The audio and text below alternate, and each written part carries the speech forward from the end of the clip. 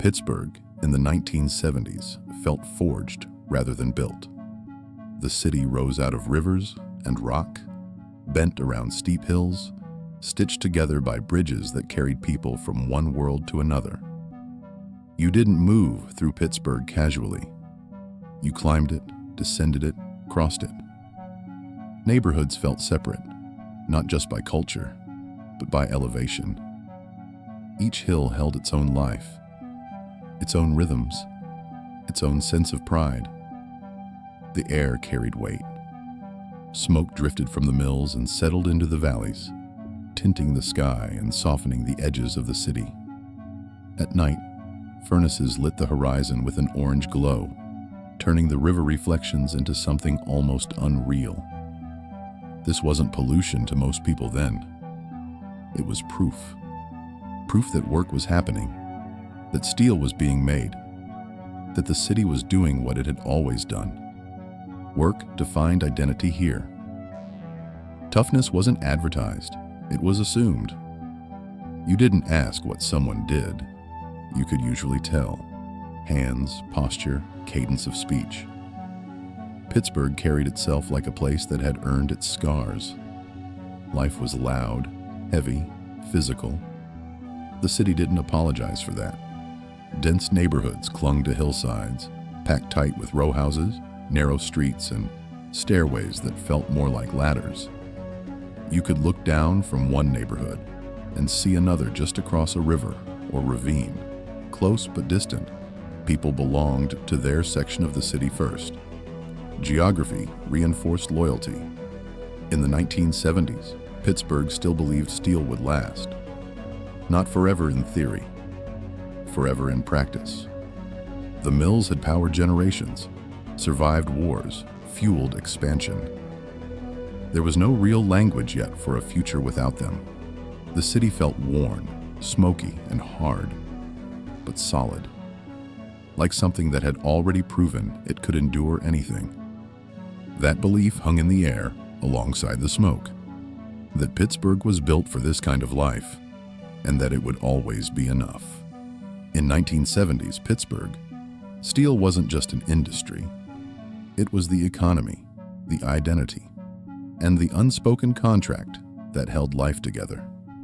The mills lined the rivers like fortresses, massive and loud, pouring out heat, light, and paychecks.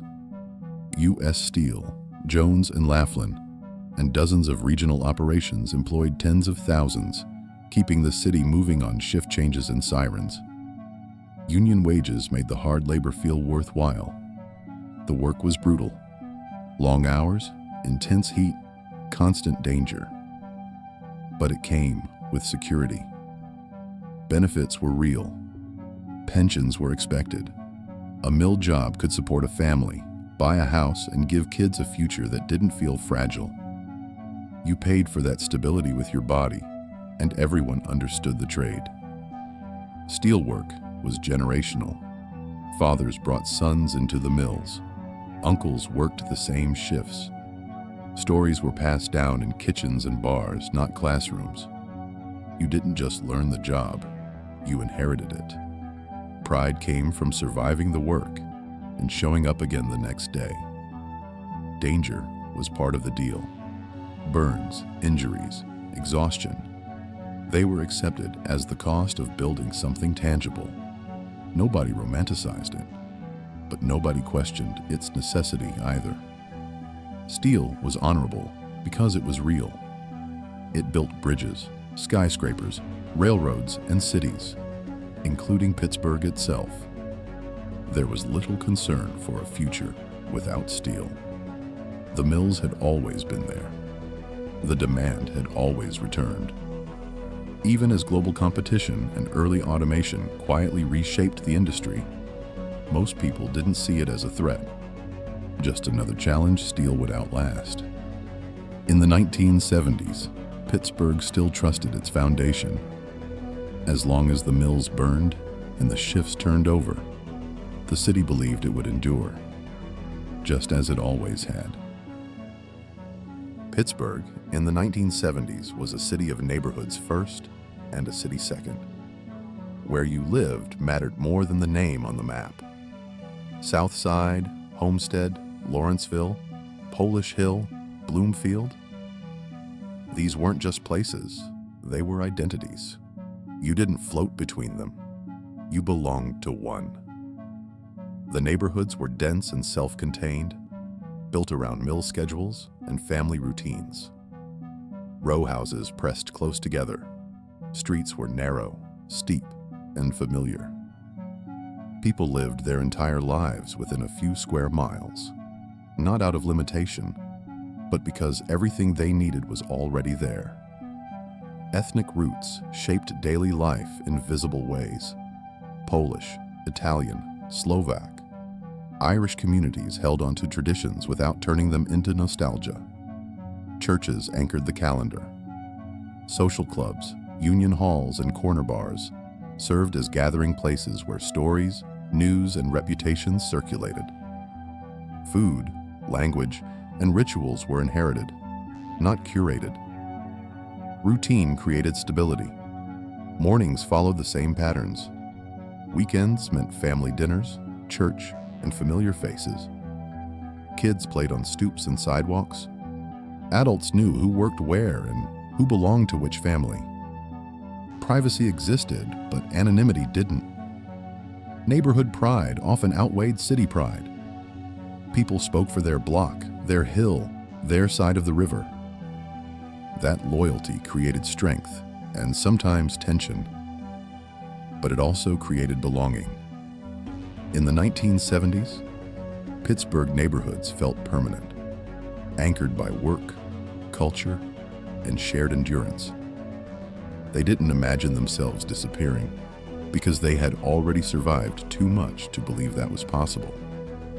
Pittsburgh's culture in the 1970s wasn't polished or performative. It was earned. Life revolved around work first, and everything else existed in the space left over. Entertainment wasn't about escape so much as release. After long, punishing shifts in the mills, people needed something that matched the intensity of their lives. Downtown still functioned, but it was secondary to the neighborhoods. People went there when they had a reason: errands, work, an event. But identity didn't live there. It lived on the hills, near the mills, inside family routines. Culture stayed local, practical, and familiar. Sports became the city's emotional outlet, and nothing captured that more than the Steelers. As the team rose in the 1970s, it became a reflection of Pittsburgh itself: tough, disciplined, physical, and unapologetic. The city saw itself in that style of play. Victories felt personal. Losses felt communal. Sundays turned into shared rituals that cut across neighborhoods and backgrounds. Steelers football wasn't entertainment. It was affirmation. It told the city that its values still mattered, that toughness still won, that endurance still counted. For a workforce exhausted by dangerous labor, sports offered a way to channel pride without having to explain it. Beyond sports, culture lived in routines: family gatherings, church events, union socials, weekend traditions passed down without ceremony. Pittsburgh didn't need glamour. Its pride came from surviving the work, holding the line, and showing up again the next day. In the 1970s, that endurance was still something the city believed would carry it forward. By the late 1970s, Pittsburgh was still working, still producing, still enduring. But the certainty that had defined the city for generations was beginning to crack. Global competition increased. Cheaper foreign steel entered the market.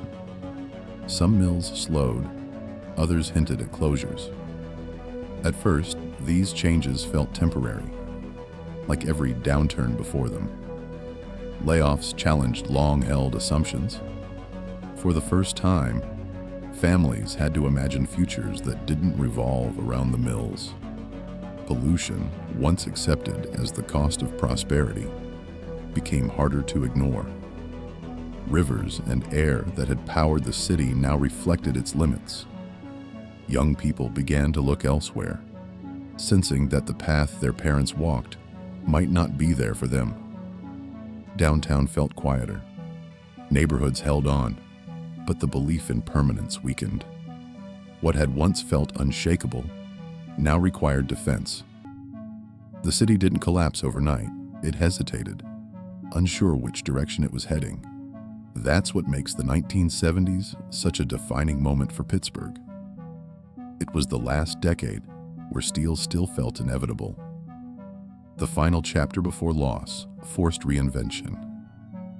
A city built on endurance stood at the edge of transformation, unaware of how deeply it would be reshaped. If this story resonated, like the video and subscribe for more deep dives into American cities before the shift, places defined by work, identity, and quiet strength. And let me know in the comments, what city should we explore next?